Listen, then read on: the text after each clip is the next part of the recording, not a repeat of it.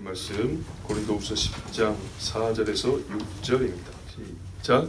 우리의 싸우는 무기는 육신에 속한 것이 아니요 오직 어떤 견고한 진노 무너뜨리는 하나님의 능력이 모든 이론을 무너뜨리며 하나님 하는 것을 대적하여 높아진 것을 다 무너뜨리고 모든 생각을 사로잡아 그리스도에게 복종하게 하니 너희의 복종이 온전하게 될 때 모든 복종하지 않는 것을 벌하려고 준비하는 중에 있노라. 아멘.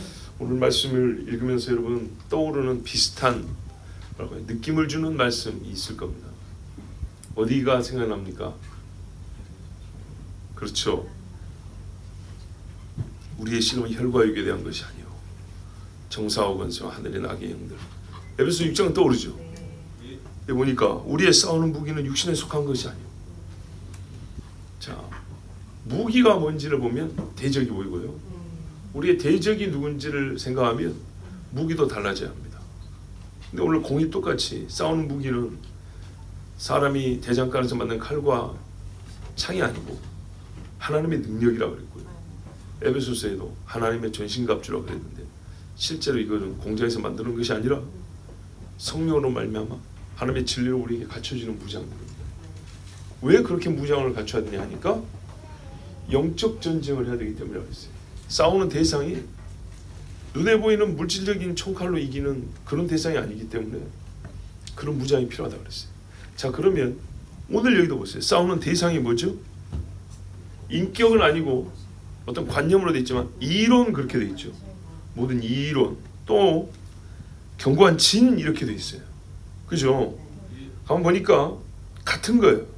같은 건데 모든 또는 어떤 그리고 5절을 보면 다 하나님 아는 것을 대적하여 높아진 것을 다 이렇게 있죠. 그러니까 이게 집단적인 명칭으로 이렇게 불려지고 있어요. 하나가 아니고 어떤 한 성질에 속한 전체를 말하는 겁니다. 어떤 성질에 속하냐 했더니 하나님 아는 것을 대적한 영의 전쟁이 말이죠. 눈 돌아간 귀신 든 사람에게 가서 내가 예수 그리스도의 명으로 더러운 귀신아 떠나라에만 있는 게 아니고 여러분 악한 영이 하는 일 중에 보이는 현상이 있고요. 보이지 않는 것이 있습니다. 보이는 것은 악한 영이 역사하는데 육체 감각으로 쉽게 감지가 됩니다. 이거 눈 돌아갔네. 주저앉았네. 거품 물고 있네. 보이죠? 와! 막 소리 들리죠? 이것만 영의 전쟁이냐? 이것만 악한 영이 아니야. 가룟 유다는 눈 똑바로 뜬 사람입니다. 그죠? 근데 마귀의 영이 사로잡혀가지고 무슨 생각이 들어갔대요. 뭔 생각이죠? 예수를 팔려는 생각. 자, 대제사장들과 당시 종교 지도자들, 엘리트들이고 정신 똑바른 사람들입니다. 많이 배운 사람들입니다. 근데 그들 속에는 뭐가 있었어요? 무슨 생각이 있었어요? 예수를 죽여야겠다라는 생각. 그 사람은 어떻게 이깁니까? 칼로 이깁니까? 아니죠. 우리가 그들과 싸워 이긴다는 것. 그들의 말에 넘어가지 않고 예수 믿는 믿음을 지킨 사람도 있어요. 그 사람 속에는 하나님의 말씀이 있었죠. 말하자면 에베소서나 지금 고린도가 말하는 무기, 그 싸움에서 이길 만한 무기가 있었던 거예요. 자, 오늘 밤 뭔 싸움이 있냐? 베드로에게 준비되어 있는 베드로가 맞닥뜨릴 싸움은 말이죠. 예수를 아느냐 모르냐 시인하느냐 부인느냐의 싸움이 남아있었어요. 이게 칼로 싸우는 거 아니었습니다. 사실 겟세마네에서 칼로 붙으려고 해봤어요. 근데 우리 주님이 말했어요. 이 싸움은 원래 칼로 싸우는 게 아니라고 그랬어요. 기껏 대제사장의 종 말고 귀 하나 이게 잘라냈는데 예수님이 다시 붙여줬죠. 안 붙여줬으면요 집니다. 그죠? 사실 육으로도 집니다. 본질적으로 육의 싸움이 아닌데 본질적으로 육의 싸움이 아닌 거를 방향 잘못 잡고 육으로 싸우려고 하니 전쟁과 싸움의 성격이 안 맞으니 질 수밖에 없고 그거를 정확히 방향을 맞췄다 하더라도 능력이 없으면요 지는 거죠. 꼬린 지점이 저긴데 저까지 달려갈 힘이 없으면요 남들 다 달려갈 때 뒤에 걸어가야 되죠. 그러면 지는 거죠. 오늘 예수님이 말하냐면 이 싸움은 그런 게 아니니까 시험에 들지 않게 기도하라 그랬어요. 기도해야 싸우는 이김이라 그랬단 말이죠. 이런 일을 왜 우리는 못합니까? 기도와 금식에는 이런 이와 같은 류의 싸움, 이런 종류의 싸움은 못 이긴다고 그랬어요. 영적 싸움은 항상 영적인 무기. 그죠? 영적인 무기는 하나님의 말씀, 검도 있고 힘도 있고 기도도 있고 그러죠. 그런데 이게 말입니다. 넉넉고 살다가 주님 싸움 버튼 딱 누르면 날아와 말씀의 검, 기도의 능력 이렇게 나온가요? 그게 아니죠. 일상에 계속 경건의 능력이라고 하죠. 꾸준하게 가는 거예요. 꾸준하게. 계속 이게 에너지가 있어야 되는 거예요. 배터리가 에너지가 있으면 버튼 누를 때마다 불이 나오는 것처럼 말이죠. 항상 갖춰진 경건의 능력이란 말이에요. 그래서 기도도 예수님이 제자들 보고 매일 하자 그랬지. 내일 뭐 하니까 기도하고 평시에는 쉬고 그랬나요? 아닙니다. 예수님이 계속 기도했어요. 그래서 말 쉬지 말고 기도하라 그러란 말이에요. 자, 어떤 싸움이라고요? 영의 싸움인데 좀 더 구체적으로 나누면요, 이 영이 신체를 망가뜨리는 류의 싸움만이 아니라 생각을 사로잡는 싸움을 얘기하고 있습니다. 오늘 오전에도 말씀드렸죠. 사실 오전 말씀과 연관되는, 연계하는 말씀입니다. 지금 새벽부터 계속 연결되는 말씀이에요. 이 생각의 전쟁, 분명히 제가 여러분에게 이 말씀 전에 설교했습니다. 그리고 그리스도인의 사상전쟁 시리즈로 설교했습니다. 그런데 오늘 다시 한번 하는 이유는 또 들어야 되기 때문입니다.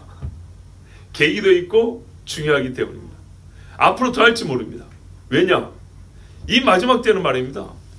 지식과 잘못된 가르침들이 너무나 많이 새롭게 나오기 때문에 오래된 것부터 해서 새롭게 나오는 것들까지 조심하고 경계하고 잘라내기 위해서 여러분 반복하게 될 필요가 있기 때문입니다. 그래서 한 번에 다 하지 아니하고 할 수도 없고 때마다 한두 가지씩 이렇게 소주제를 가지고 말씀을 전할 겁니다. 이 본문으로 말이죠. 자, 본질적으로 어떤 싸움인 줄 알았어요. 그런데 여기 보니까 모든 이론, 생각, 그렇죠? 모든 생각을 사로잡아. 이론, 그랬으니까 진짜 이론의 문제입니다. 생각의 문제입니다. 생각이 잘못되면 오전에도 말했지만 인식에 잘못되는 시험에 있어서는요, 깊고 오래간다고 그랬어요. 예수님이 누군지를 모르는 여기서부터 시작된 예수님에 대한 반감은 예수님을 십자가에 못 박기까지 갔습니다. 우리의 싸우는 무기는 하나님의 능력인데 이 능력이 맞서 힘을 발하는 대적은 뭐라냐면 일종의 진이라 그랬습니다. 그죠? 4절 보시면 그죠? 근데 여기서 뭐가 나오냐면 모든 이론이 여기 있고 5절 보면 하나님을 아는 것을 대적하여 높아진 것들이 다 여기 있고 그죠? 또 5절에 모든 생각이 여기 있어요. 그래서 진이라고 그랬어요. 한 군대가 아니고 군사가 아니고 진은 뭡니까? 진영. 군대가 모여있는 주둔지를 얘기합니다. 그러니까는 생각, 대적하여 높아진 것들, 또 이론, 이거는 어떤 충동적인 적대감이 아니라는 겁니다. 그죠? 즉흥적으로 생각해낸 것들이 아니고요, 오래된 숙고의 결과물들이라는 거예요. 이론이 하루아침에 나옵니까? 사람의 마음에 자리 잡은 체계적인 전쟁 방식으로서의 사고 방식. 그러니까는 하나님을 대지하기 위해서 오래 생각을 해봤어요. 어떻게 하나님과 싸울 수 있는가 생각을 해봤어요. 마귀가 하나님과 싸우기 위해서 이 사람들을 무기로 쓰는데 어떤 식으로 이 사람들을 다루어야 하나님을 대지해야 할까 오래 궁리한 끝에 나온 거라고요. 그게 뭐냐면 즉흥적인 것들이 아니고요, 오래 쌓아둔 체계화된 생각의 틀, 그리고 우리 사고의 근원적 형태, 이 틀만 맞춰놓으면 올해 태어난 애건 내년에 태어난 애건 10년 후에 태어난 애건 간에 전부 다 이 생각의 틀로 딱 찍어버리면 이 아이는 항상 하나님을 대지하는 생각만 하게 돼 있어요. 그 모양이 그렇게 나오는 것들 이렇게 만들어내는 거예요. 그것들을 만들어내고 갖추게 하는 것이 뭐냐면 일종의 진이라는 거예요. 생각의 모태 같은 게 있어요. 여기까지 부셔버려야 우리가 사는 거죠. 자, 우리가 생각하는 우상 숭배에 생각해 볼까요? 우상에 대한 믿음을 버리지 않았어요. 근데 목사가 신방 운동하니까 부적 한 2장은 떼어놨어요. 근데 우상에 대한 숭배심이 안 없어지면 어떻게 되죠? 가면 다시 붙여놓죠. 예. 제사상 엎었어요. 근데 기도를 했는데 하나님이 100일 기도는 안 들어줘요. 그럼 바꿔갖고 해볼까? 집에 와서 상처 놓고 100일 기도 한다고요. 이것도 안 됐네. 그러면 절에 한번 가볼까? 근본적인 이건 헛된 거라는 생각이 안 바뀌면 돌려막기 한다고요. 우상숭배도 그런 것처럼 근본적인 생각이 틀 혼인이 무엇이냐? 남자는 무엇이냐? 여자는 무엇이냐? 생각이 하나님 말씀대로 딱 바르게 틀이 맞게 잡혀지지 않으면 삐뚤어진 생각을 하죠. 그러면요 인생이 망가집니다. 우리 여기 계신 오만이들 한번 세워보세요. 인생 중에 제일 행복했을 때가 언제예요? 언제 였냐고 물으니까 과거네. 언제입니까? 결혼해가지고 신혼 때 애기 막 낳았고 좀만한 애들 이러고 댕길 때 당시에는 힘들었죠. 당시에는 힘들었어요. 거기다가 먹고 살기 어려우면 아이고 내가 괜히 낳았고. 그런데 10년 20년 지난 다음에는 어떻게 해요? 먹을 게 없어도 그때가 제일 좋은 때다. 내가 어머니한테 모르니까 다 그러더라고요. 그러면은 그 말을 듣고 자라면 좋은데 애새끼들이 학교에서 뭘 들어요? 인생을 그렇게 희생하지 마. 너 인생 손해보지 마. 이렇게 가르친다고요. 손해는 개뿔이. 살아보면 어떻게 해요? 제일 득되는 시간이었어요. 세상에 돈을 주고 살 수 없는 생명을 얻었고 그 생명이 그냥 생명도 아니고 내 새끼란 말이죠. 사람이 하나님으로부터 받은 선물 중에 진짜 사람이 모든 사람이 받은 제일 큰 선물이 뭡니까? 창조적 선물. 내 형상을 가진 나의 자식을 낳는 거. 그래서 어떻게 해요? 내 목숨을 대신하던 너를 살리고 내가 못 먹어도 너는 먹이겠다. 내가 못 입어도 너는 입히겠다. 나는 못 배워도 너는 가르치겠다. 그거 아닙니까? 왜? 귀하니까. 근데 그게 싫었냐? 기뻤어요. 행복했어요. 그렇게 산단 말이죠. 근데 세상이 어떻게 해요? 점점점 이것을 안 힘들다라고 말하는 게 힘들었죠. 힘들지만 힘듦을 넘어서는 행복이 있었단 말이죠.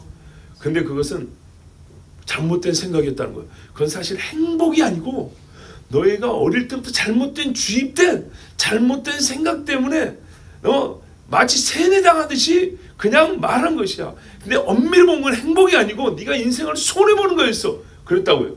근데 사실은 거꾸로 아닌가요? 그 말이 거짓말이고 진짜 생각해보면 지금이라도 돌아간다면 그때 더 잘할 걸. 그때 그날을 더 귀히 여기면서 그 시절을 보냈을 걸. 지금 다 그런단 말이죠. 자, 이렇게 말이죠. 생각이 틀을 바꿔버린다고요. 그리고 지금 이제서 나이 50 먹고 정신 차린 여자들이 가끔 하는 소리도 있죠. 뭐 했다고요? 그 나이 때면 말입니다. 90년대에 20대 때 말이죠. 90년대 한참 이런 악한 생각들이 막 솟아오를 때였거든요. 결혼하지 말고 혼자 살고 여행하며 즐기면 되고 막 그랬다고요. 그래서 친구들이 시집가서 애기 봐야 된다고 하고 뭐 남편 밥 차려 한다면 너는 인생이 너무 엉망이고 너무 뭐 괴롭고 너 왜 그렇게 사니 나봐. 나는 그냥 여행 다니면서 얼마나 즐거워. 근데 이제 40대면 나이트클럽도 안 들여보내줘요. 50대면 친구들한테 전화도 안 와요. 놀 사람이 없어요. 돈도 줄어가고요. 돈이 있어도 재미가 없어요. 젊을 때하고 나이 들 때하고 노는 재미가 완전 다릅니다. 그때 되니까 생각나는 거예요. 이때의 즐거움은 뭐냐면요. 자식들인 거죠. 그 자식들과 가족이죠. 진짜 여러분 힘들 때 친구가 중요하던가요? 가족이 중요하던가요? 엄밀하면 가족입니다. 우리 권사님들 옛날에 겁나게 친한 친구도 있어요. 의사 친구도 있고 그죠? 1년에 몇 번 전화하세요? 그렇게 되는 거예요. 아들한테는요. 훨씬 자주 하죠. 그런 거예요. 친구가요. 평생 갈 것 같지만 연락하고 이름만 평생 가요. 진짜 중요한 친구, 진짜 중요한 사람들, 내 가족, 내 형제자매, 그리고 나이가 들수록 자식이 참 중요합니다. 근데 성경이 그렇게 가르쳤다고요. 성경에서. 근데 이런 성경적 사고를 바꿔버렸어요. 세상에서. 그렇죠? 결혼에 대한, 가족에 대한, 자식 낳고 기르는 것에 대하여, 교육 방식에 대하여 세상의 교육학이 성경의 자문을 이겨버렸다니까요. 그리고 키운 결과 뭐가 행복하고 나은 게 있던가요? 없습니다. 없어요. 자, 그래서 이 악한 생각들이 들어가고 있어서 만들어져 나오는 이 진들이 있는데, 사실은 그거를 압축하고 딱 꼬집어서 하는 사람, 사탄입니다. 사탄. 여기서 나온 게 거짓말이거든요. 사탄이 거짓말을 만들어서 다방면으로 파송을 합니다. 정치, 경제, 군사, 교육, 이런 오만 대로 파송을 합니다. 그리고 신체도 파송하고요, 정신에도 파송을 합니다.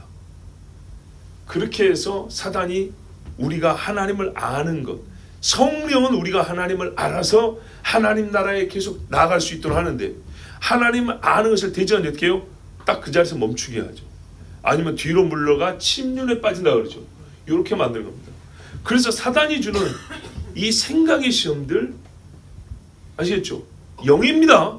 사단이라는 영이 주는 시험이 영적 시험이에요. 근데 영적 시험이 육체의 감각으로 오는 게 아니라 이 생각으로, 마음으로 들어오는 것들이 훨씬 지독하고 오래가고 무섭다는 겁니다. 은밀하게 들어와서 저변에 넓게 퍼져버립니다. 그러면 어떻게 해요? 어느 한 사람의 일탈 행위가 아니라 사회와 구조, 사회 구조와 사회 정의가 깨져버립니다. 그래서 우리가 이 생각을 사로잡아 그리스도께 복종하는 것, 이게 우리의 싸움이고요. 이 일을 위하여 우리가 영적 무기를 갖추는데, 평상시에 늘 갖춰야 되는 것. 그래서 우리는 세상과 다른 생각의 바른 틀을 갖고 있어야 된다는 얘기죠. 이 마지막 때 지난 수요일 날도 잠깐 말씀드린 대로 마귀가 많은 사람을 옛날에는요 눈에 보이게 미치게 했어요. 그죠? 지금은요 미치게 하는 양이 적은 건 아니에요. 그러니까 정신을 실성하게 하게 미치는 게 아니고요, 자기를 훨씬 더 똑똑하게 여기는 미치는 그런 일을 합니다. 뭔 말인지 아시겠어요? 내가 배운 거 이게 맞아. 내가 갖고 있는 생각이 맞아. 옛날에 사람들은 소위 학교를 많이 다 못 다녔어요. 그러니까 누가 유식한 소리 하면 이렇게 기죽었다고요. 요즘에는 웬만하면 전부 다 대학교 졸업해 놓으니까 나도 내 나름대로 배운 사람이야 이런다고요. 이런 마음에도 마귀가 들어오면 교만이니까 더 좋은 거예요. 이제 똑똑한 미친 사람들 많이 만들어냅니다. 자, 디모데서 4장에 뭐랍니까? 성령이 밝히 말씀하시기를 후일에 어떤 사람들이 믿음에서 떠나 미혹하는 영과 귀신의 가르침을 따르리라. 후일이니까요. 나중에 갈수록 심각해지겠죠. 그래요. 요즘에는 그래요.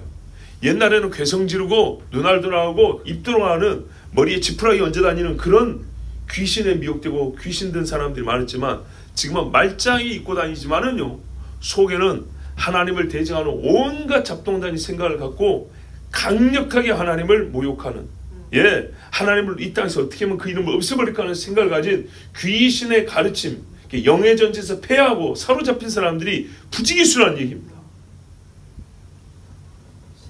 이 사람들 특징 중에 뭐냐 보세요. 양심이 화인을 맞아서 외식함으로 거짓말한다 그랬어요. 혼인을 금하고, 보세요. 혼인을 금하는 현상이 어디서 나왔다고요? 귀신의 가르침을 따르리라. 영의 전쟁이라니까요.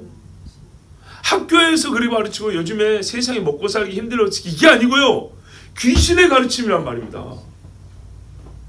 하나님이 생육하고 번성하는 걸 어기어기 되지 않습니까? 하나님이 주시는, 그러면 자식 없으면 기도를 더 할까요? 안 할까요? 안 하죠. 할머니 되니까 기도를 더 하든가요? 안 하든가요? 하게 되죠. 손자 볼까 싶어서라도 조심하게 돼요. 말하자면 조금 더 어른이 돼요. 부모가 되면 혼자 살 때보다 그래서 어른이 된다는 거예요. 어떤 음식물은 먹지 말라고 할 것이나 음식물은 하나님이 지으신 바니 믿는 자들과 진리라는 자들이 감사함으로 받을 것이니라. 말씀과 기도로 거룩해진다. 그러면서 뭐라, 형제를 깨우치라. 좋은 교훈으로 양육을 받으라. 망령되고 허탄한 신하들, 사람들이 꾸며낸 이상한 이야기들 따르지 마라 그럽니다. 그러니까 가만 보니까 다 귀로 들어오는 이야기들이에요. 귀로 들어오는 것들. 그러면서 뭐냐면 경건의 연습을 부지런히 하라. 경건의 연습을. 그리고 이것을 디모데에게 뭐라 하냐면 가르치라 그랬어요.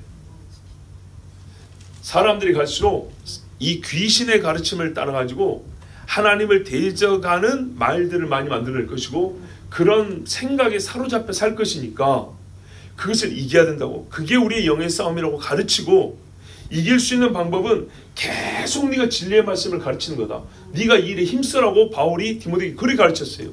2000년 전에도. 사도 바울이 들어보니까 사람들이 이른다 그러죠. 크레타, 제가 자주 언급하죠. 그레데, 크레타 섬 사람들 중에 그 가운데도 선지자가 있다는 거예요.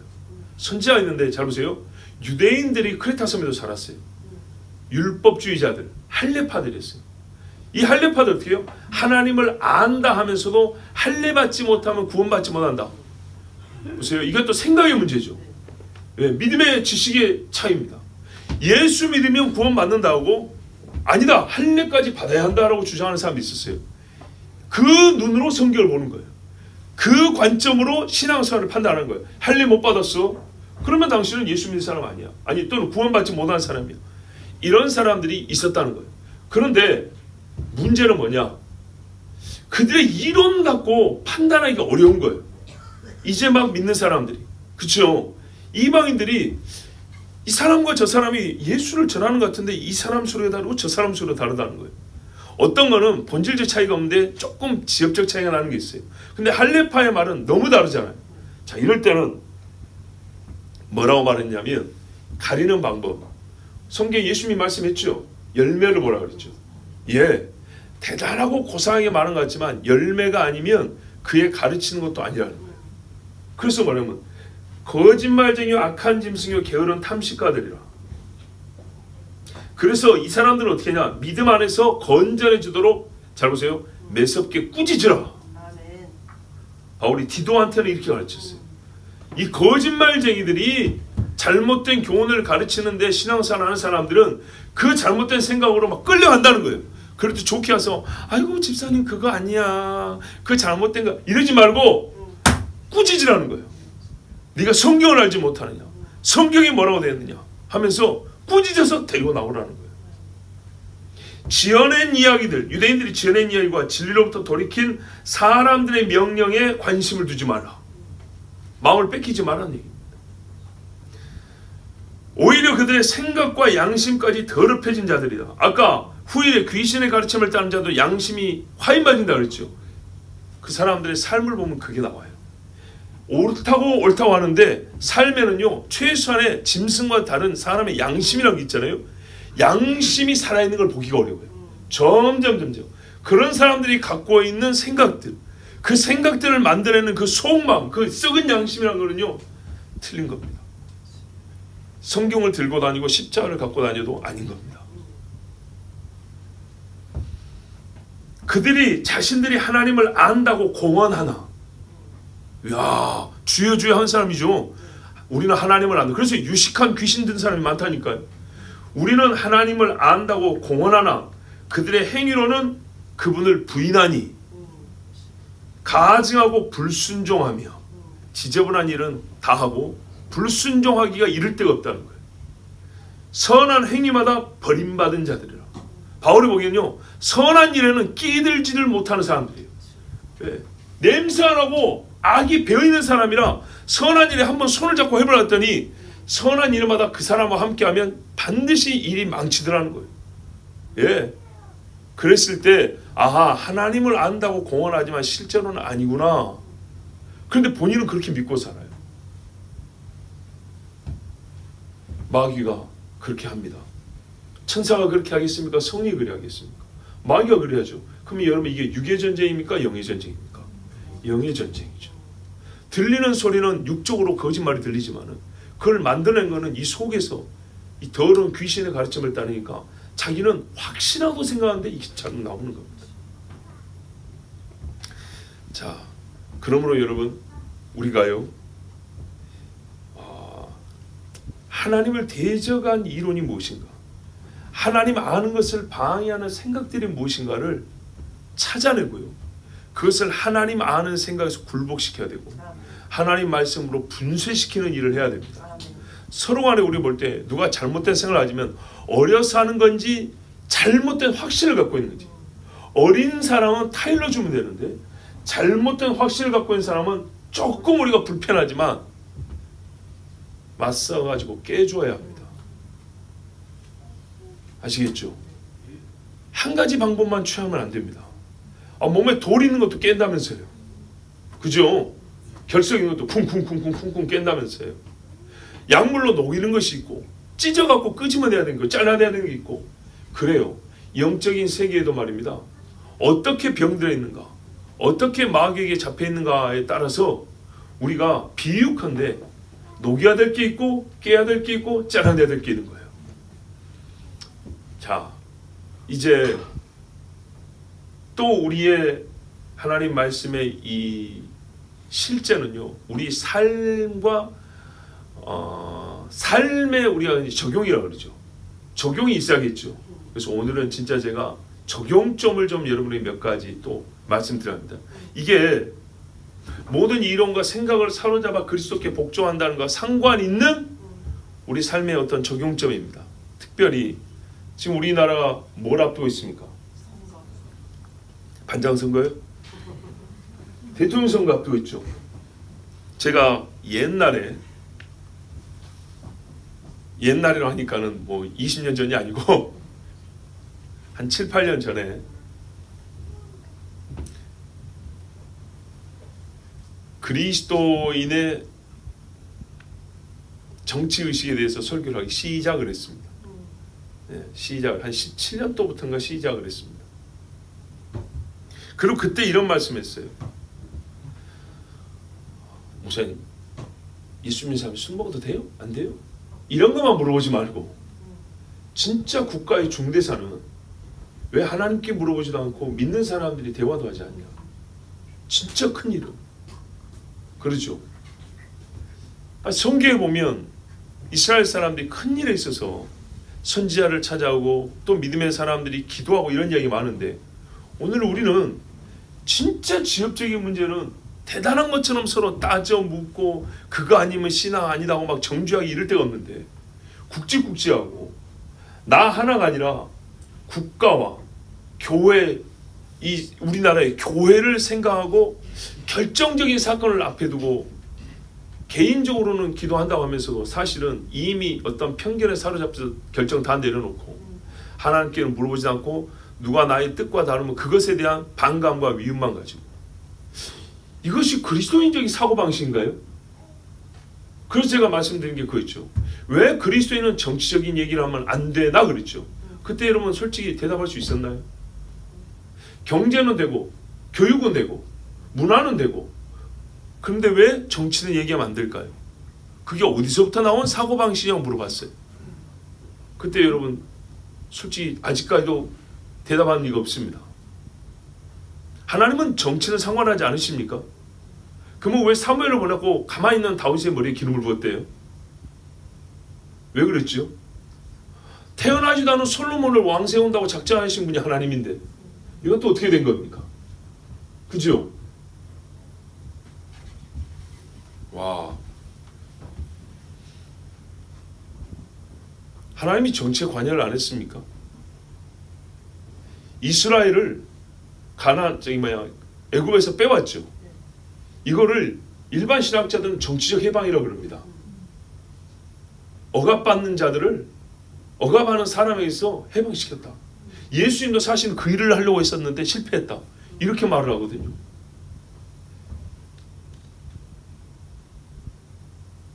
이스라엘 백성이 나온 거 일반적인 눈으로 볼 때는 말입니다.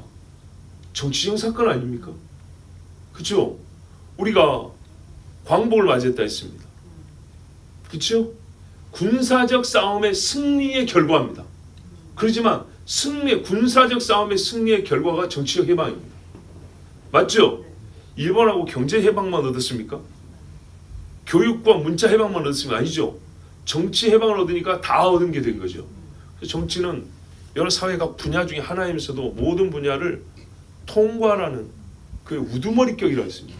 그래서 사람들이 정치가가 되려고 그러죠.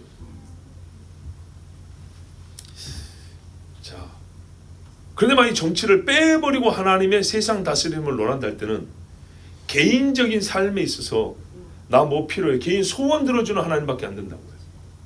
잘해야 우리 집에 식구들 예수 믿고 우리 교회 사람들 좀 부흥하고 잘 살면 병도 좀 나았으면 이 정도지. 찬송은 만군의 주 여호와 온 세상 다스리는, 온 세상 다스리는 이러면서도 실제로 우리 인식 속에서는요, 온 세상 다스리는 하나님이 아니에요. 이 부분은 하나님이 안 다니는 거 다 빼놨어요. 그 중에 중요한 게 정치라고 빼놔버렸다고요. 그러니까 어떻게 되죠? 정치는 믿는 자가 하나, 안 믿는 자가 하나, 정직한 자가 하나, 거짓말하는 자가 하나. 뭔 상관이냐는 거죠. 그런데 하나님은 빼놓고 집어넣은 게 있어요. 지역 출신. 증거를 한번 여러분 논리적으로 얘기해 보세요. 나라를 다스리는데 어느 지역 출신이야만 하는 법이 어디 있습니까? 근데 세상에 태어나서 죽을 때까지 그게 법이에요. 그죠? 아니 나는 아니다 그러지 마시고 지금도 우리나라 돌아가는 꼴을 보시라고요. 1970년대 초쯤에 생긴 지역감정이 지금 몇십 년 갔습니까? 그죠? 50년이 넘게 갔어요. 자, 봐보세요. 이런 생각들 고치라고 말입니다. 미국의 주가 50개 주인데 뉴욕주 출신은 미국을 다스릴 만하고 하와이주 출신은 미국을 못 다스리겠습니까? 남의 나라는 그렇게 생각 안 하죠. 근데 우리나라는 왜 그렇게 생각하죠? 전라도 하면 경상도 사람이 대통령 되면 안 되고 경상도 하면 전라도 사람이 대통령 되면 안 되고 왜 이러죠? 근데 그것도 다 믿는 사람, 교회 다니는 사람들이 그런다고요. 어디서 배워먹은 사고방식이냐 이 말이죠. 이게 그게 하나님인 게 아니라 어떤 정치와 정치 집단이 만든 생각이지 않습니까? 근데 그거를 하나님과 상관없이 교회에 갖고 와서 예수를 믿든지 안 믿든지 그대로 갖고 있는 거예요. 악한 사람이라도 내가 옛날부터 지지한 정당에서 나오면 뽑아주고 선한 사람이라도 내가 싫어하는 정당에서 나오면 안 봐. 그러죠. 근데 뭐 때문에요? 내가 예수 믿기 때문이 아니라 나는 이 동네에서 사는 사람이니까. 우리 지역은 원래부터 이 당을 지지했으니까. 그게 강합니까? 아니 그게 강하죠. 예수 믿는 것보다 그게 강해요. 그래서 도대체 하나님의 의는 어디 있고 하나님의 말씀 어디 있냐.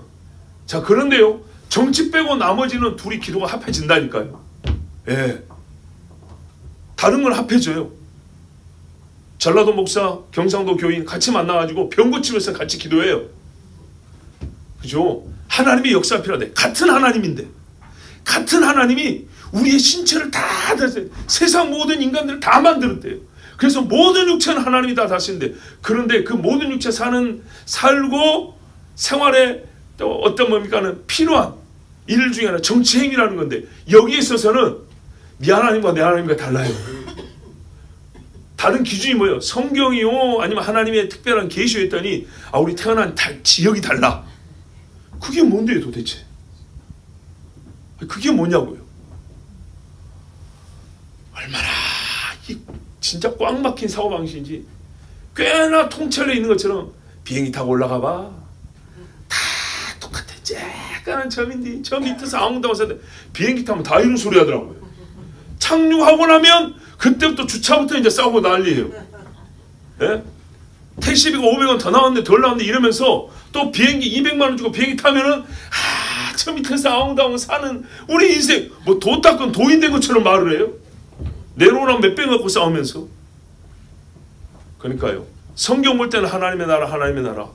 문 밖에 나가서 집에 나갈 때는 어떻게 해요? 우리 동네 사람께 뽑아줘야지. 예수가 어딨냐고. 하나님이 어디 있어요? 근데 기도할 때는 어떻게 해요? 내 관련된 생업에 관련된 문제는 주의 이런다고 또 얼마나 모순 덩어리인가 보세요 여러분. 나를 포함한 세상을 다스리는 하나님에 대해서는 이만큼도 관심이 없어요. 모여서 선포할 때는 하는 말이지. 근데 이게 얼마나 지독하냐. 지독하다니까요. 하나님 앞에 불순종이 이를 데가 없어요. 그래서 아까 뭐랬어요? 크레타 사람들 어떻게 하냐고요? 말로는 하나님을 안다고 하지만은 부인하니 가증하고 불순종함이에요. 지금도 이 말은요 안 들어요. 예. 그래도 안 듣겠다는 거예요. 자, 큰 문제가 있으니까 제가 오늘 이 이야기 합니다. 누구 뽑으라 이런 이야기 내가 잘 돼요. 선거운동이 아니고 말씀에 따라 생각을 똑바로 하라는 거예요. 이 말씀에 사고의 원리, 원칙을 배워서 이 중요한 일에 적용을 해보시라고 말이에요. 내가 어느 출신이고 어디 지이고 나는 어느 당을 좋아했었고 나는 어떤 스타일을 좋아하고 이런 거 얘기하지 말고, 자, 중요한 통찰이 필요해서 내가 한 두 가지만 얘기하렵니다. 아파트에서 통장을 뽑아요? 아니면 1동, 2동 동장을 뽑아요? 거짓말을 잘하는 사람 뽑을 분 손 들어보세요. 자, 학교에서 반장선거예요. 반장선거. 근데 우리 애기한테 물어보니까, 이제 여러분 각자 애기한테 물어보니까 한 3명 나왔다 그래요. 근데 걔가 어때 그랬더니, 아, 얘는 공부는 잘하는데 애가 진짜 못돼 먹었어. 에이, 공부 잘하는 애를 뽑아줘야지. 이게 그리스도인인가요? 어떤 상황이죠? 공부 이런 사람은 그렇게 뽑으라 그래요. 근데 그런 거 아니죠? 지금 여러분 아니라고 그랬어요? 그러면 국가를 다스리는 대통령을 어떻게 해야 돼요? 여러분 이제 잘 판단해 보세요. 정직해야죠. 되도록 정직해야죠. 사람이 100% 거짓말 하는 사람은 없어요. 자, 목사 있어요. 목사 여기. 저 여기 있어요. 저 여기 있어요. 어저께 우리 모 권사님 부모님을 뵀어요. 근데 아버지가, 제가 어제 들었는데 저를 보고 잘생긴 목사님 엄청 칭찬을 많이 했대요. 어제도 그러더라고요. 그래서 내가 알았어요. 미나 목사님 그랬다. 네, 막 그래요. 참, 내가 청년도 아닌데. 그래서 했는데 이분이, 이 어르신이, 어르신이라 그런지 거침없이 이런 말씀한 거예요. 우리 집사람 앞에서, 미나 목사님 조사를 잘해봐야 돼. 뭐 있을지 몰라. 뒷조사를 잘해봐야 돼. 밥 먹는데 그런 거예요. 후식 먹는데. 그래가지고 남남이고 젊은 사람 같으면 화가 날 법하죠. 근데 이제 90대 어르니까 웃음이 나왔어요. 그분이 본 경험이 뭐죠? 인물값 한다 그 말이에요. 참, 그래가지고 근데 여러분, 제 인물값을 몇 년도까지 추정해 보시라고요. 네? 10살 때부터 20살 때 추정해 보실래요? 그래서 20살 때 인물값 했어. 그러면 목사한테 그러실래요? 아니죠. 그때는 나는 자유인이에요. 자, 그러면 최소한 언제부터 봐야 되죠? 최소한 목사를 보려면 최소한은 목사 안수부터는 봐야겠죠. 자기가 목사 된다 했으면 어떻게 살았는가, 그죠? 아니면 그 전이면 결혼한 거 봐야죠. 결혼한 거 봤어요. 가깝게는 요즘에 어떤 걸 봐야 되겠죠. 그죠? 자, 만약에 그 어르신 말씀대로 요즘에 봤더니 아니더라, 그러면 어떻게 하실래요, 여러분? 어떻게 하실래요? 저한테 여러분 책망하실 거죠? 예. 최소 뭐 여러 가지 징계가 있잖아요. 예. 설교를 못하게 한다든지 아니면 목회를 못하게 한다든지 뭐 이런 징계들이 있지 않겠습니까? 뭐가 나타나면요. 뒤져서 해봤더니 목사의 품위와 그 사역에 맞지 않는 불법이 있다. 그러면 그렇게 해야겠죠. 자기 교회 목사도 그런다 하면서 봐보세요. 대통령 어떻게 생각해야 돼요? 깨끗하고 정직한 사람 세워야겠죠. 이 당연한 걸 이렇게 길게 말할 필요가 없는 거 아닙니까 원래? 지도자는 정직해야 되고요. 자기 이익을 구하지 않아야 됩니다. 그죠? 전부 다 나라를 위해서 한다 그러잖아요. 근데 말은 공헌하기를 나라를 위해서인데 자기 이익을 구하는 것이 지금까지 보니까 계속 그렇게 왔다 치면 어떻게 해야 되죠? 안 뽑아야겠죠. 근데 사람들이 말입니다. 꼭 그렇지 않죠. 아까 같은 이유도 있지만 또 다른 이유 때문에 부정직해도 뽑아주는 경우가 있어요. 뭐 때문이냐? 돈 때문이죠. 돈이 의를 이기는 세상이죠. 지금 현실이 말이죠. 돈이 의를 이긴다고요. 제가 그래서 오늘 진짜 여러분에게 대통령 선거를 앞두고 우리 그리스도인의 사고방식에서는요. 한 번쯤 의가 돈을 이기는 대통령 한번 뽑아야 되지 않겠냐 그 말이죠. 그리스도인은요. 예? 세상이 돈이 의를 이기는 세상인데 내가 대통령이 되면 실제로 진짜 내가 대통령 되면 그럴 거야 나는. 예? 의가 돈을 이기는 세상 한번 만들어보자. 아, 예수 믿는 사람은 이렇게 되는 거 아닌가요? 그럼 못 살 것 같습니까? 의가 돈을 이긴다면 전부 다 거지되어 살 것 같습니까? 그러지 않습니다. 여러분, 과연 최근 한 20년 동안 경제 엄청나게 부르짖었습니다. 대통령들마다 전부 다 경제 대통령이 되어 있다고 그랬어요. 옛날에 그렇게 안 부르짖던 대통령만큼이나 대단한 경제적 성과를 보이던가요? 그것도 아니죠. 근데 캐치프레이즈가 경제 대통령 어떻게 나오면 그냥 거기에 그냥 눈 확 돌아가 버린다. 그리고 근본적 질문, 그리스도인이 묻습니다. 여러분, 근본적으로 경제가 공의보다 중요합니까? 아니잖아요. 근데 우리 역시도 뭐라 그래요? 대통령 선거 내지는 토론회 보면 전부 다 뭐래요? 경제 살리기에 집중하여 듣지 않습니까? 강력한 진이 여기 있다고요. 기본적으로 틀을 바꿔야 한다. 우리가 지도자를 볼 때는 의의 기준을 가지고 먼저 듣기 시작했는데 경제 어쩌고 하면 거기에 이렇게 간다고요. 누가 경제 대책이 더 나은가? 의는 이야기 꺼내지도 않아요. 누가 경제 대책이 ABC 중에 누가 더 나은가 아니고요. 경제라는 범주가 아니고 아예 의라는 범주는 생각도 안 한다고요. 돈을 얻고 의를 잃은 사회가 좋습니까? 지금 이 사회가 그렇게 지향해 가고 있잖아요. 돈을 얻으려고 하고 의는 상관없다는 이 사회가 그래서 살만하냐고요. 불법이라도 돈을 주면 공법에 강은 나가버려도 됩니까? 아니죠. 하나님 앞에 제 아무리 많은 재물을 바쳐도 공법을 누같이 정의를 하수하지 그렇지 않으면 받지 아니한다 그랬어요. 근데 그걸 왜 우리가 이 사회는 적용할 생각을 못할까요? 개인 헌금할 때는 그렇게 생각하는데 똥 묻은 헌금 종이 안고 깨끗한 종이로 하나님 바쳐야 된다고 그렇게 열심히 하는데 세상에 돈다발이 공의의 강물을 막아버리는 걸 왜 그대로 냅두냐 이 말이죠. 경제가 어렵다고 하는데요. 제가 여러분 잘 보십시오. 나는 경제학자가 아닙니다. 그리고 경제를 움직이는 소위 큰 손도 아닙니다. 그냥 서민입니다. 일반 사람인데 그래도 40년 정도 경제 생활을 해왔을 거 아닙니까?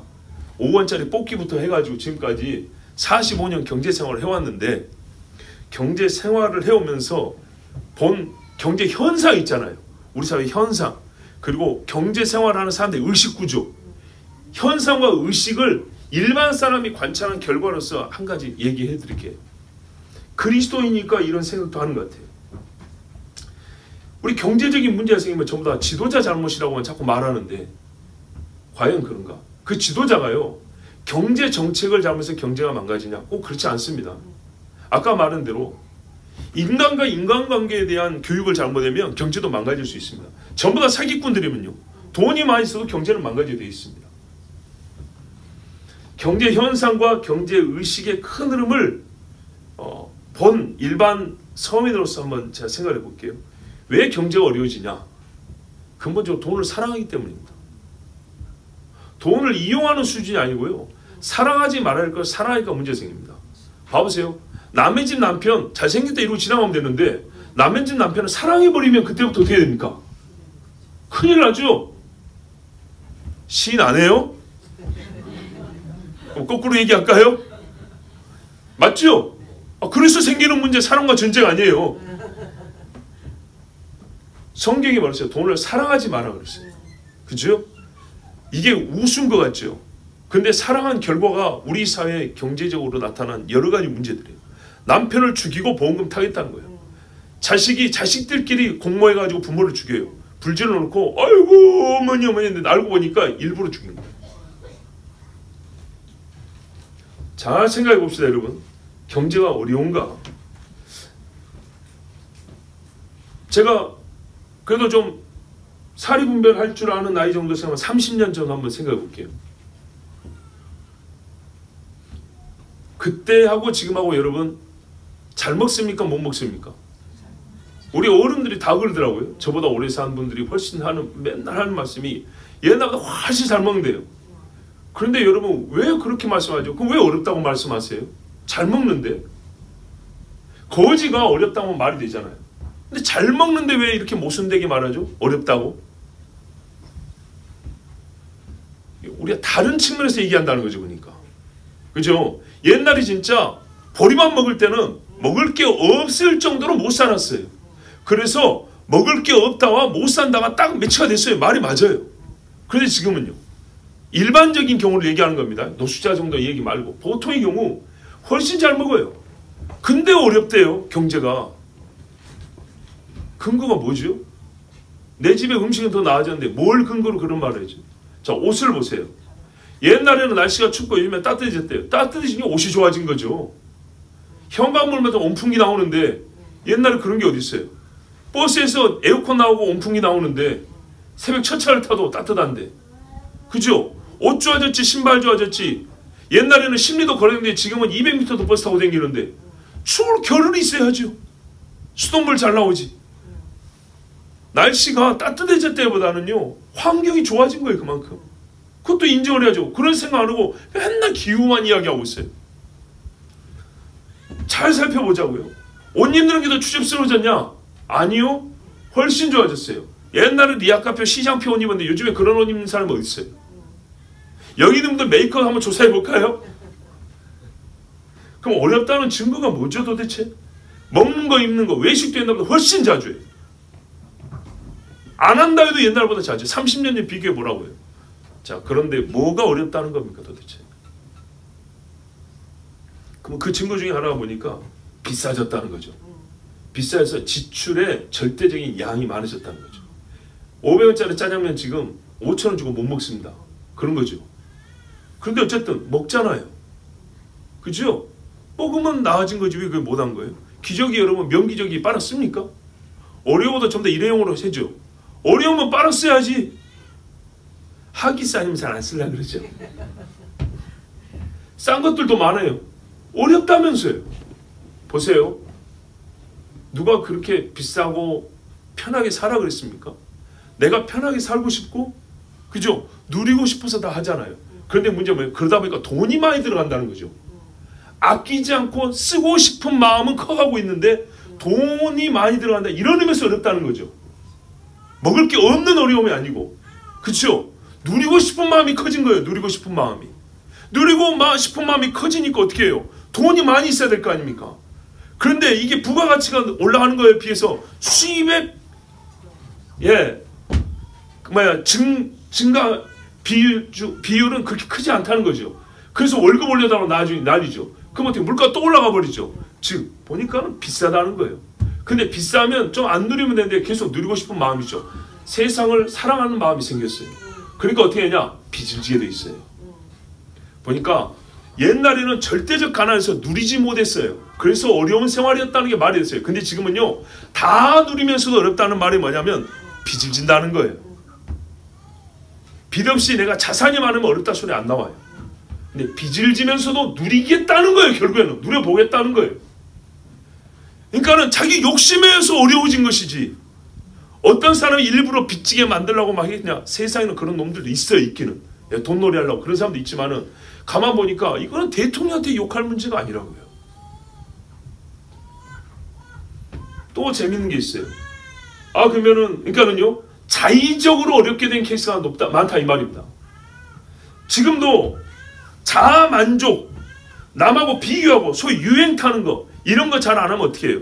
유행 잘 안 타고 어떻게 해요? 남하고 비교 잘 안 하고 자아 만족을 충분히 하면 어떻게 해요? 경제 구조와 사회 시스템과 별 상관없이 어렵지 않게 살아요. 여기 두 분 계시잖아요. 여기 얼마나 만족스럽게 사는가 봐보세요. 아니 이런 예시가 있는데 사례가 있는데 맞죠 권사님? 예. 검소하게 산 사람은요 어렵다는 말 잘 안 합니다. 시스템의 문제가 아닙니다. 그러니까 일단 자기 자신부터 보라 이 말입니다. 근데 이거 안 보고 어디서 배운지 그러니까 생각의 구조가 다 탓을 돌리는 것을 배웠어요 어릴 때부터. 그래서 내 안에 있는 문제를 먼저 못 보고 자 이렇게 하면 그러면서 답도 없고 분석도 못 내고 남의 준 찌라시만 듣고 사회 뭐 구조가 어쩌고 누가 정책을 어떻게 하고 개뿔이 세상을 살아가는 네 마음부터 한번 고쳐봐. 욕심부터 줄여보라고 치심치 말며 그랬는데 또 어렵다는 이유 중에 하나가 일자리가 없다는 거예요. 좋습니다. 빚을 안 지나면 일을 해야 돼. 일자리가 없다요. 그죠? 우리 진짜인가요? 내가 무슨 뭐 통계청 가서 통계를 내본 건 아닌데 현상을 관찰한 걸로 말해서 내가 지금 어려운 이야기 아니죠. 우리 숭고할 만한 우리 일상적인 얘기죠. 정치인들도요 밑도 끝도 없는 이야기 잘하더만요. 뭐 표 얻으려고 그런 소리 잘하더만. 그리고 조금이라도 일리가 있으면 끄떡이 주더만요. 조금이라도 일리가 있으면. 제 이야기도 여러분 봐보세요. 조금이라도 일리가 있는가. 제가 이 이야기하는 근본적인 이유는 뭐냐면 예수쟁이들의 사고방식이 좀 달라야 된다는 거죠. 괜히 신앙을 잃을 정도로 또는 신앙과 무관한 하나님이 말씀과 반대되는 쪽으로 가지 말고 가만히 있으면 끌려간다니까요. 흘러간다니까요. 흘러 떠밀어 간다고요. 그러지 말고요.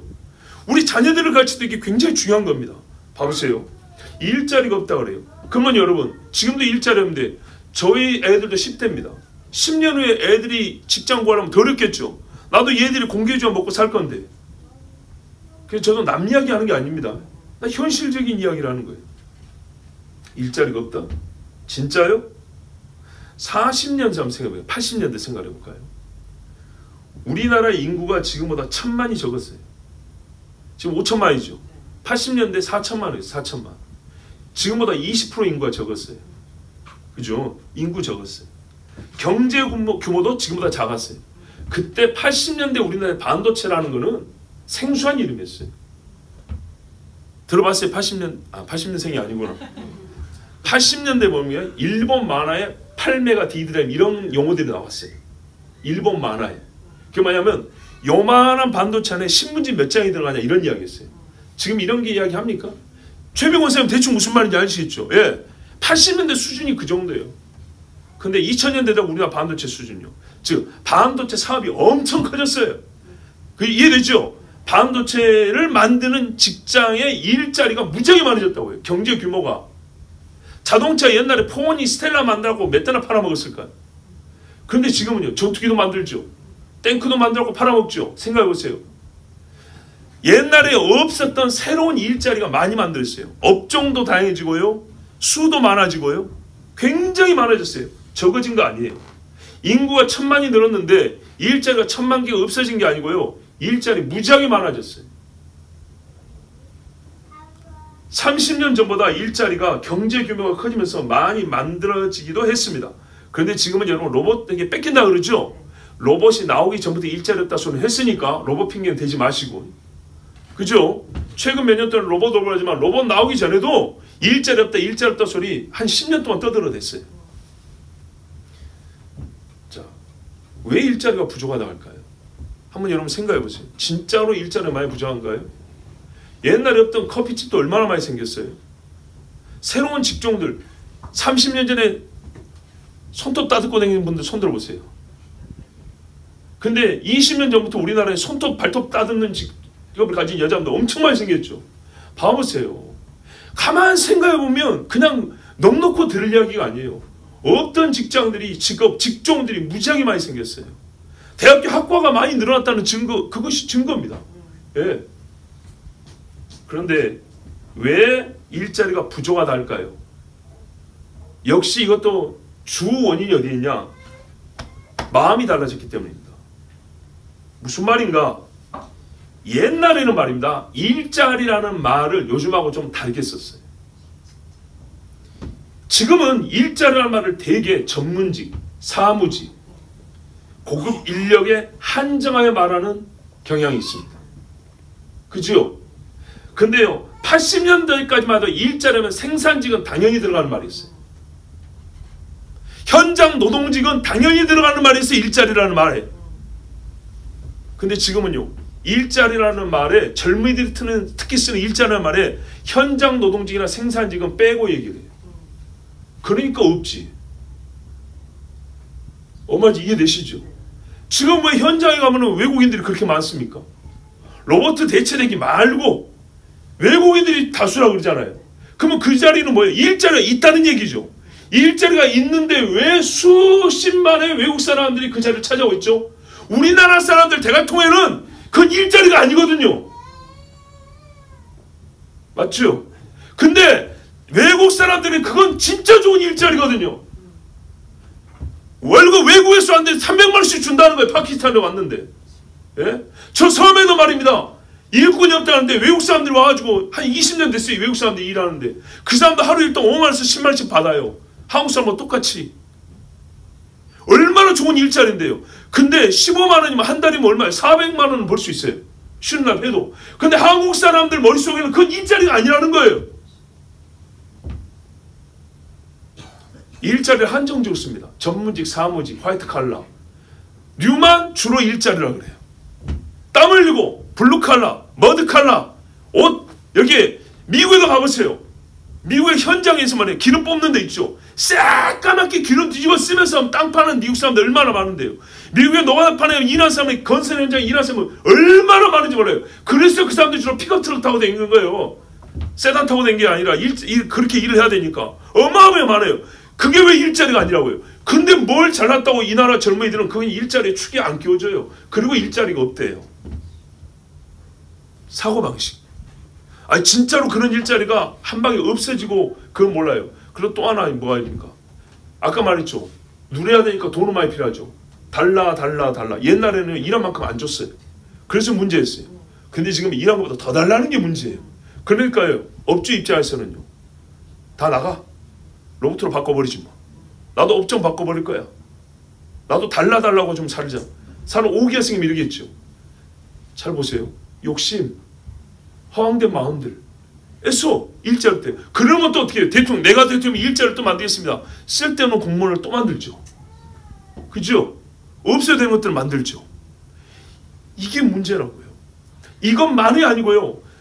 우리가 심각한 사회 문제라고 하는 일자리라는 것도 생각을 해보면 사실은 어떤 지도자가 큰 문제가 있어서 경제를 너무 몰라서 그런 것도 아니고 어떤 사람이 젊은이들에게 일 못하게 막으려고 하는 것도 아니고 이 마음의 생각만 생각의 틀만 바꾸면 완전히 달라질 수 있어요.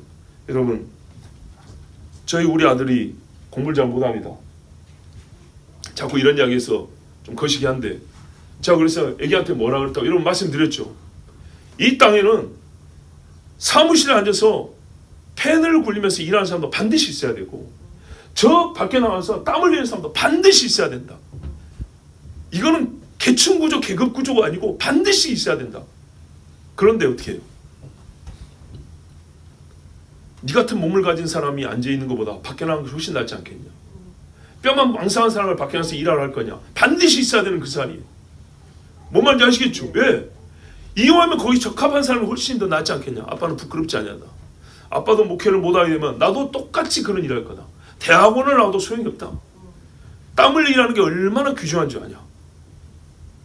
여러분 이 기독교적인 사고방식 아닙니까? 성경 말하면 네가 땀 흘리는데 수고한 대로 먹을 것이야 시편에 그랬어요. 아담에게 뭐랬어요? 네가 땀을 흘려 노동하면 먹는다 그랬어요. 그러니까 이 세상이 잘못된 구조가 뭐죠? 땀은 안 흘리고 많이 먹겠다는 거 아니에요. 누구든지 싫어하는 사람 있으면 손 들어보세요. 땀 안 흘리고 많이 먹는 거 싫어하는 사람이 어딨냐고요. 근데 제가 말하는 게 이거예요. 기독교에는 싫습니다라고 말이 나와야 된다 이 말이에요. 원래 싫습니다까지 가야 기독교적 사고방식이라고 해요.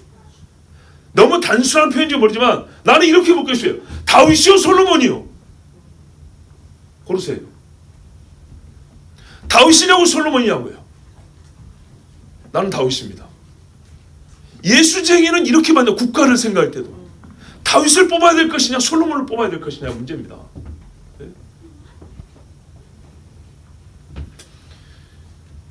놀고 먹는 것을 좋아하는 세대 많이 그래요. 그죠? 그러면서 뭐래요? 거대한 국가의 힘을 내가 원하는데 좀 힘을 써달라는 거예요. 여러분 지나간 사람 핸드폰 하나 빌리기 어려워요. 지나간 사람 손 하나 빌리기도 어려운데 국민이라고 할지라도 봐보세요. 국가의 힘을 나를 위해 써달라는 거예요. 나를 위해 일자리를 만들어달라는 거예요. 어떤 일자리? 국가가 필요한 일자리 아니라 내가 원하는 일자리 좀 만들어달라는 거예요. 있다고 요청을 하는 사회 아닙니까? 우리들이 원하는 일자리가 필요하다는 거예요. 우리들이 원하는 철밥통이 필요하다는 거예요. 많이 놀고 월급 많이 받고 일 많이 안 해도 되는 그런 직장 달라. 당신이 그거 해줄 거야. 뽑아주지. 안 뽑아주는 젊은이가 어디 있어요? 이게 기독교적 사고방식입니까? 이게 성경적 사고방식이냐고요. 거대한 국가의 권력, 힘을 반드시 해야 할 일이 아니라 당신이 원한 일에 그 힘을 써야 될 이유가 어디 있습니까? 예? 나를 위하여 국가가 움직이게 할 정도의 일이 고작 내가 원하는 직장을 만들어 달라입니까?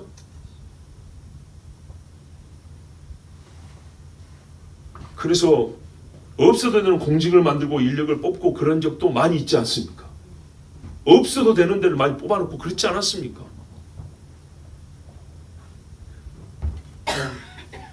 놀고 먹는 것을 좋아하는 사람들이 많이 늘어나고 있고, 또 놀고 많이 먹게 해달라고 요구하는 것을 국가 재계의 큰 비중을 차지하는 기업들이 들어줘야 될 이유가 어디 있습니까? 여러분, 교회를 한번 또 생각해 봅시다. 교회 전체 힘을 개인이 교회는 이래야 돼, 거기에 그 힘을 써야 될 이유가 어디 있습니까? 내가 원하는 교회는 이래야 돼, 그렇게 요구하는 한 사람 있을 때 당회가 움직이고 재직회가 움직여가지고 그 사람의 요구를 들어줘야 될 이유가 어디 있습니까? 그게 성경에 말하는 마땅한 교회가 지향해야 될 일이라면 한 사람이 여기라도 성경에 보면 맞습니다 할 것인데, 성경은 상관없이 내가 교회에 등록하고 다녔으니까 교회가 이건 해줘야지 벌벌 떠면서 아 그래요? 아 교회가 해줘야죠. 왜 그래야 됩니까? 항상 그래야 됩니까? 그거 아니죠. 그런데 이게 국가적 차원에서 일어나고 있는 이 현상에 대하여 우리 그리스도인들이 어떻게 생각해야 되냐고요. 거대한 탕류의 흐름을 바꾸기 위하여 제 한 몸이라도 물길을 한 몸으로 못 막아요. 한 몸으로 강줄기를 못 막아요. 그래도 해보겠다는 사람, 선지자들 보세요. 혼자서 안 돼요. 거룩한 영을 지닌 선지자도 불가능한 일이에요. 그래도 해보겠다니까 선지자인 거예요. 그래도 해보겠다니까 정치를 뭐예요? 성각자라고 부르고 선구자라고 부르잖아요. 안 되는데도 해보겠다는 사람들을 그렇게 부르지 않습니까? 위인이라고. 돈보다 의를 말하는 자를 지도자로 모시는 생각을 왜 못합니까? 예? 솔로몬보다는 다윗이다. 야곱의 부보다는 이삭이 풍요합니다. 이삭은 보세요. 다 내놨죠. 다투지 아니한다고. 그런데 하나님이 백배를 줬지 않습니까? 원수도 와서 화친하게 만들었지 않습니까? 야곱보다는 이삭이 더 낫지 않습니까? 하나님이 나사로를 위로하시고 거지 나사로에게 떡 한 조각 주지 않은 부자는 벌하셨습니다. 그는 회개하지 아니하였고 자기 배만 불리는 자였습니다. 예수님의 이 말씀을 듣고 우리는 깨닫는다 그럽니다. 그죠? 많이 깨달았다 그래요. 그러면 여러분, 그렇게 생각할 줄 안다면요, 지도자는 어떻게 뽑아야 돼요? 내가 가진 재산이 좀 있는데 저 사람이 대통령이면 이 부동산, 이 아파트, 이 집 오르게 해주는데 왜 그런 사람을 뽑냐고. 제가 옛날에 강남에서 부목사 생활을 했다 그랬죠. 강남에 잠시 어디지? 송파에서. 그런데 거기 있는 분들이 그 주변에 아파트 다 살아요. 근데 국회의원 선거하는데 교인들 하는 이야기가 뭐죠? 어느 후보가 되면 아파트값이 올라간다는 거예요. 제가 의문을 가졌어요. 차 5년 탄 차가 새 차보다 비쌉니까? 근데 집은 50년 산 집이 더 비싸야 된대요. 다 그런 생각 갖고 있으니까 부동산 투기가 안 일어날 수가 있나요? 헌거가 왜 비싸야 되죠? 기본적으로 헌것이 왜 비싸야 되냐고요. 뭐 골동품이라 됩니까? 국가 유물이라 됩니까? 희한하더라고요. 모든 다른 거는 헌것은 다 싸지는 게 정상인데 집은 헌것이 비싸야 된대요. 비싸게 팔아먹고 나가고 나는 그 돈으로 새 집을 사고도 돈이 남아야 된대요. 아니 이것이 모든 사람이 갖고 있는 사고방식인데 우리 그리스도인도 과연 그런 게 옳으냐 한번 생각을 해보자는 거예요. 그래갖고 남은 결과가 뭐냐고요. 다 서로 그러니까 재개발해도 내 집을 내놓고 내 집을 못 사잖아요. 그런 욕심을 갖고 산 결과 도대체 뭘 얻겠다고 하는 거죠. 그래서 차라리 돈보다 의를 추구하는 지도자 한 사람 그 사람이 한 10년이고 20년 다스리면 진짜 많이 달라질 것 같은데. 그러니까 여러분, 나의 재산 가치를 높여주겠다는 사람을 지도자로 축해 세우지 말고 그리스도인이란 말입니다. 사람의 가치를 본래 자리에 놓겠다는 사람을 뽑아야 되지 않겠습니까? 적어도 동성결혼은 안 됩니다. 남자는 남자고 여자는 여자입니다. 우리 신앙의 자유를 지켜야 됩니다. 이 나라의 역사를 보시고 이놈도 말하는 사람 뽑아야 되죠. 우리 기독교인이라면 그래야 되지 않습니까? 계속 우리 집에 저 사람 오면 돈이 오른데, 재산 가치가 오른데, 우리 지역 출신이네. 아이 가만 보니까 우리 사돈의 8천이래. 그러지 마시고,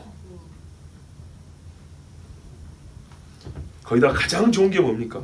하나님 여호와를 경외하는 자가 있다면 그를 지명하여 다른 사람이 다른 이유를 가지고 선택한 것과 달리 하나님을 경외하는구나, 이러면 여러분 뽑아줄 만하지 않습니까? 하나의 사례를 전하고 마칩니다. 성경에 보니까 유대인들이요 진짜 잘못된 투표를 한 번 한 적이 있어요. 유대인들이 어떻게 다른지를 확인할 수 있는 날이었어요. 근데요 하나 다르지 않을 뿐만 아니라 더 악한 것이 증명된 날이었어요. 로마 사람이 유대인에게 물어봤어요. 예수를 놓아줄 거나 이 강도 중에 이 바라바라는 놈인데 얘를 놓아줄 거나, 이렇게 물어봤어요. 유대인에게, 율법의 사람들에게, 메시아를 기다리고 하나님 앞에 거룩하게 안식일을 지킨다는, 할례가 아니면 죽음을 당하는 그런 사람들에게 물어봤어요. 성결을 가진 사람들에게 예수를 놓아줄 거나 바라바를 놓아줄 거나 투표하라 그랬어요. 바라바는 니도 알고 나도 아는 도둑놈이래요. 살인자요 강도라 그랬어요. 예수는요 물었어요. 봐보세요. 빌라도가 물었어요.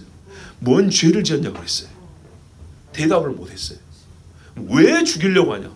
죄도 없는데 왜 죽이려고 하냐 했더니 미워서 그랬어요. 미운다는 말은 못해요. 대놓고. 빌라도가 속을 파했어요. 시기로 넘겨준 줄 알미라.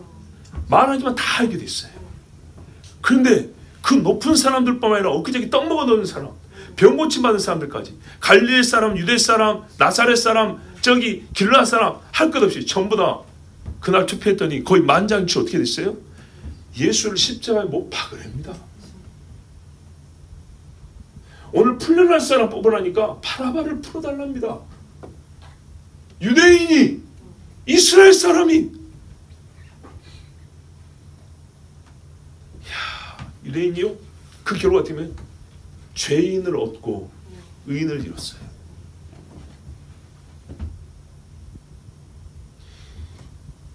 이 사람이 누구, 이 사람이 이렇게 대입해서 이해하라는 게 아니에요.